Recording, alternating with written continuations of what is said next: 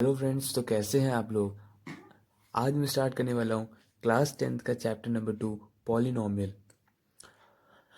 तो स्टार्ट करने से पहले आप मेरी वीडियो को लाइक कर दीजिएगा, चैनल को सब्सक्राइब कर दीजिएगा और हाँ, प्लीज़ पूरी वीडियो देखिएगा। तो चलिए स्टार्ट करते हैं। तो सबसे पहले हम चैप्टर के नेम को ही देख लेते हैं। Polynomial. A polynomial is an expression in the form, मैं यहाँ लिखता हूँ P x is equals to A plus A power x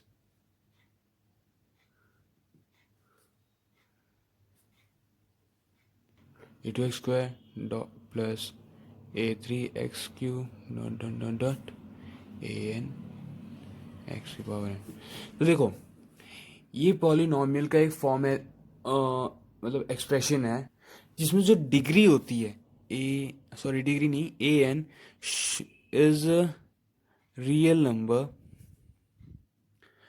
number and should not be equal to zero. Okay, ये इक्वल ज़ीरो के इक्वल नहीं होना चाहिए। और जो हमारा एक्स की पावर एन है इज नॉन नेगेटिव टर्म। अब बताइए, इसको मैं अभी डिफाइन करता हूँ। देखिए, मान लीजिए आपकी कोई इक्वेशन है एक्स की पावर -1, ये तो 1/x हो जाएगा, which is not a polynomial. Okay, इसीलिए ये नॉन नेगेटिव, हमेशा पॉजिटिव में ही लेते हैं पावर को। तो चलिए आते हैं टाइप्स ऑफ पॉलिनोमियल। तो सबसे पहला है हमारा लीनियर पॉलिनोमियल। इसमें क्या होता है, जो हमारी पूरे इक्वेशन यानी पॉलिनोमियल की सबसे जो ग्रेटेस्ट डिग्री होती है वो 1 होती है। फॉर एग्जाम्पल में 4x प्लस 8। ओके, तो जिसमें हमारा वेरिएबल की जो पावर है वो है 1, इसलिए इसको लीनियर पॉलिनोमियल कहा जाता है। उसके बाद आता है, ये मैं फर्स्ट है, उसके बाद आता है क्वाड्रेटिक पॉलिनोमियल। तो क्वाड्रेटिक से ही आप समझ गए होंगे, जिस भी इक्वेशन में जो ग्रेटेस्ट वेरिएबल की पावर होगी वो होगी 2, उसको कहेंगे क्वाड्रेटिक पॉलिनोमियल। और एग्जाम्पल में 4x² plus 8x plus 2, greatest power क्या है, 2 है। फिर उसके बाद आता है हमारा 3 क्यूबिक पॉलिनोमियल। इससे भी आपको अंदाज़ा लग गया होगा कि कौन सा होगा। द ग्रेटेस्ट पावर जो होगी आपकी 3 होगी। ओके, फिर उसके बाद आता है हमारा by quadratic polynomial,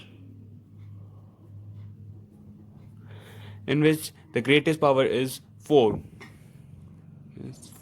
n is equals to 4। Okay, तो अगला हमारा है value of a polynomial at given point. आपको बहुत स्क्रीन बहुत बड़ा दिख रहा होगा। चलिए, तो यहाँ बोल रहा है value of a polynomial at given point. मान लीजिए एक इक्वेशन है हमारी 4x² प्लस 8x प्लस 2। वैसे तो ये 2 से डिवाइड हो जाएगा, तो ये आएगी आपकी 2x² plus 4 plus 1 is equals to 0। तब ये कह रहा है एक गिवन पॉइंट पे, एक गिवन पॉइंट में बात कर रहे हैं। जैसे आपने उन्हें क्लास 9th में या फिर लीनियर इक्वेशन में पढ़ा होगा कि एक पॉइंट में जैसे ग्राफ प्लॉट करते हैं, तो एक्स की कोई वैल्यू रखते हैं, वाई की वैल्यू रखते हैं। तो यहाँ हमारा एक्स है, तो यहाँ हम एक्स की कोई भी एक वैल्यू रखेंगे। फॉर एग्जाम्पल इसको हम ऐसे डिनोट करेंगे, P x is equals to 2x² plus 4x plus 1 is equals to 0। अभी ये पी एक्स देखो एट ए गिवन पॉइंट कह रहा है। अभी इस पॉइंट एक्स के पॉइंट में ये वैल्यू आ रही है।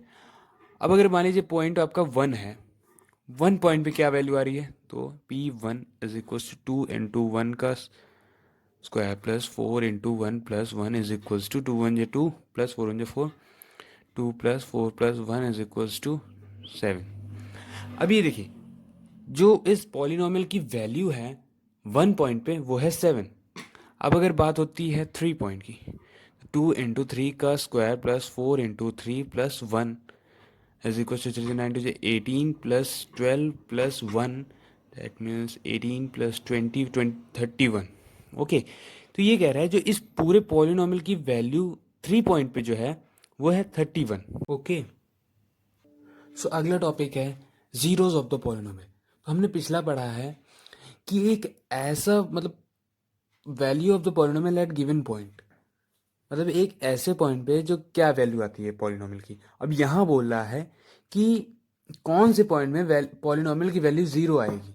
यानी मान लीजिए हमारा पी एक्स है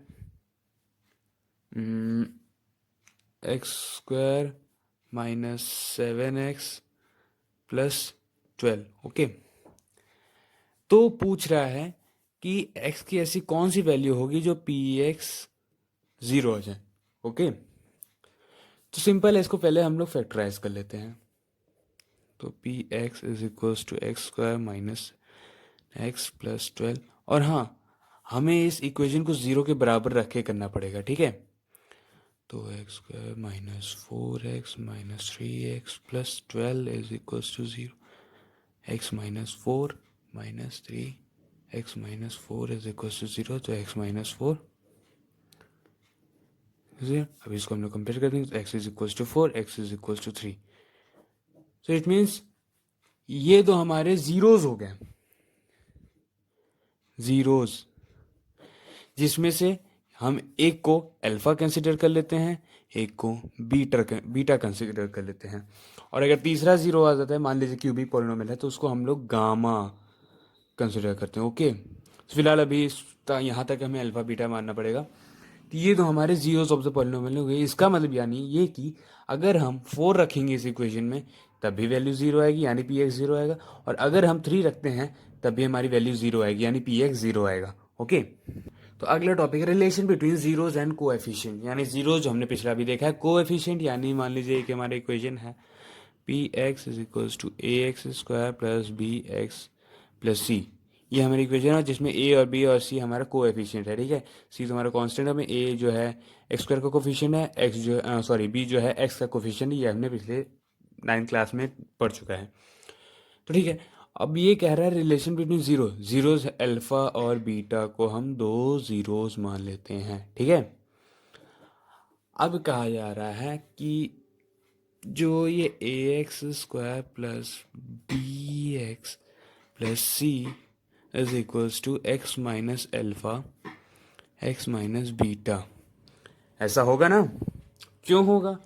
अभी अगर हम पिछले इक्वेशन को देखें, हमने ये इक्वेशन थी जिसमें ये यहाँ पे ए हमारा 1 था, बी हमारा 7 था, सी हमारा 12 था, ठीक है। हमने इसको सॉल्व किया तो x माइनस 4 आया, x माइनस 3 आया, जिसको हमने अल्फा और बीटा कंसिडर किया, ठीक है। समझ गया ना? एक बार फिर से देखो, इस पूरे इक्वेशन को हमने जब सॉल्व किया था तो x माइनस 4 और x माइनस 3 में वैल्यू, जिसमें हमने 4 को अल्फा लिया था और बीटा को 3 लिया था, ठीक है। तो सेम हम यही कर रहे हैं अगले इक्वेशन में, ठीक है। देखो, अब हम क्या करेंगे, यहाँ एक छोटा सा चीज़ करेंगे, एक स्टेप है वो, बस एक यूं ही एक है स्टेप जो बहुत इंपॉर्टेंट स्टेप है इस इक्वेशन को कंप्लीट करने के लिए। हम इसमें इस राइट साइड में के से मल्टीप्लाई कर लेंगे। मैं बता रहा हूँ क्यों।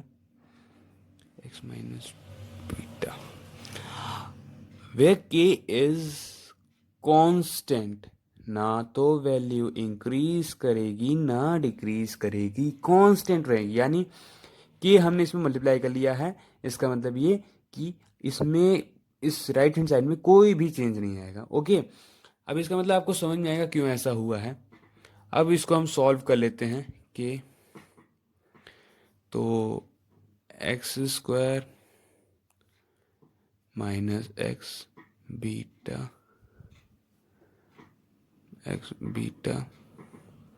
Then minus alpha x plus alpha beta.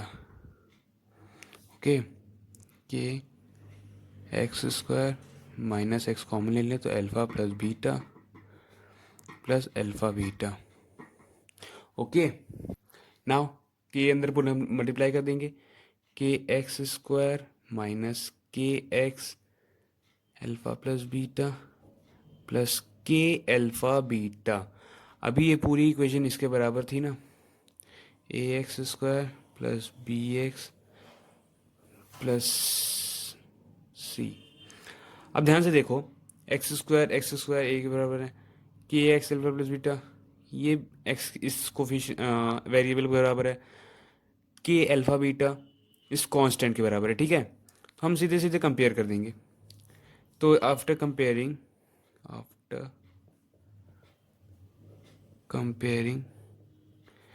k is equals to a, okay, then b is equals to k alpha plus beta,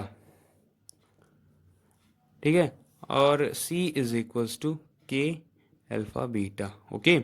अभी k की वैल्यू क्या है हमारी, a, तो b is equals to a alpha plus beta, c is equals to k की value क्या थी, a alpha beta, तो ये इधर आ जाएगा, तो alpha plus beta is equals to, एक मिनट, ये माइनस मैंने यहाँ रखा नहीं ना, क्योंकि देखो ये माइनस में है ना, यहाँ प्लस में है, तो ये माइनस आएगा, alpha is equals to minus b by a, ये माइनस इधर ट्रांसफर हो गया, अल्फा प्लस बीटा एकदम पॉजिटिव है, ठीक है।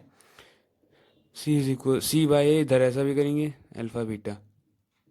अब पकड़ में आया क्या मैं कह रहा था पहले, मैंने ऐसा क्यों किया, कॉन्स के को कांस्टेंट लिया, कोई चेंज नहीं आया इक्वेशन में, मगर हमारी वैल्यू आ गई, ओके। अब देखो ये जो हमारा दो बना है, ये इसी से आता है, यही इसका डेरिवेशन है। ये फिलहाल ये 10th तक के लिए है, 11th में जाएंगे इसका और एक और अच्छा सा डेरिवेशन है जो कि क्वाड्रेटिक इक्वेशन से बना है, जो आप लोग अभी 4th चैप्टर में पढ़ोगे, और मैंने वीडियो बना चुकी है, अगर उसको देखना हो तो मैंने लिंक डिस्क्रिप्शन में दे रखी है, वो देख लेना आप। उससे ये दोनों की वैल्यू आती है, और वो एकदम फुली प्रूफ तरीका, उसमें आपको कोई डाउट नहीं होगा। यहाँ पर आपको डाउट होता है कि हमने के से मल्टीप्लाई किया है, लेकिन फिर भी मैं आपको बता दूँ ये के कांस्टेंट है, इससे इक्वेशन में कोई भी चेंज नहीं आएगा। तो चलिए अगले टॉपिक पे चलते हैं। सो पिछले टॉपिक्स हमने क्या पढ़ा था कि alpha plus beta is equals to minus b by a, यानी ये अगर दो जीरोस के जो सम है is equal to the coefficient of x, मैं लिख देता हूं, भूल जाएंगे आप लोग, coefficient of x upon coefficient of x square है, हाँ। Similarly alpha beta is equal to c by a. अब अगर पूछूं मैं, ये तो तब आप इसकी वैल्यू तब निकाल पाओगे जब अगर आपको इक्वेशन दी हुई हो, ये आप तब निकाल जब आपको ये दिया हुआ हो। अब अगर मैं बोलूँ अगर आपको ये दे रखा हो, अल्फा प्लस बीटा दे रखा हो और अल्फा बीटा मतलब प्रोडक्ट दे रखा हो, तो आपको इक्वेशन कैसे बनानी है। अब अगर मैं पिछले इक्वेशन में वापस चलूँ जो मैंने भी डिराइव किया है, तो देखिए के एक्स स्क्वायर, ये वाला लाइन देखिए, के x square minus k x alpha plus beta plus के अल्फा, इससे ऊपर चलते हैं जिसमें हमने के कॉमन ले लिया है। तो इस वाले में अगर देखेंगे आप, तो मैंने क्या कहा था पहले, के कांस्टेंट है, इससे कुछ भी फर्क नहीं पड़ रहा है, घंटा फर्क नहीं पड़ेगा, कुछ कुछ भी नहीं फर्क पड़ेगा। तो हम इसको के को हटा सकते हैं इसमें, नो प्रॉब्लम।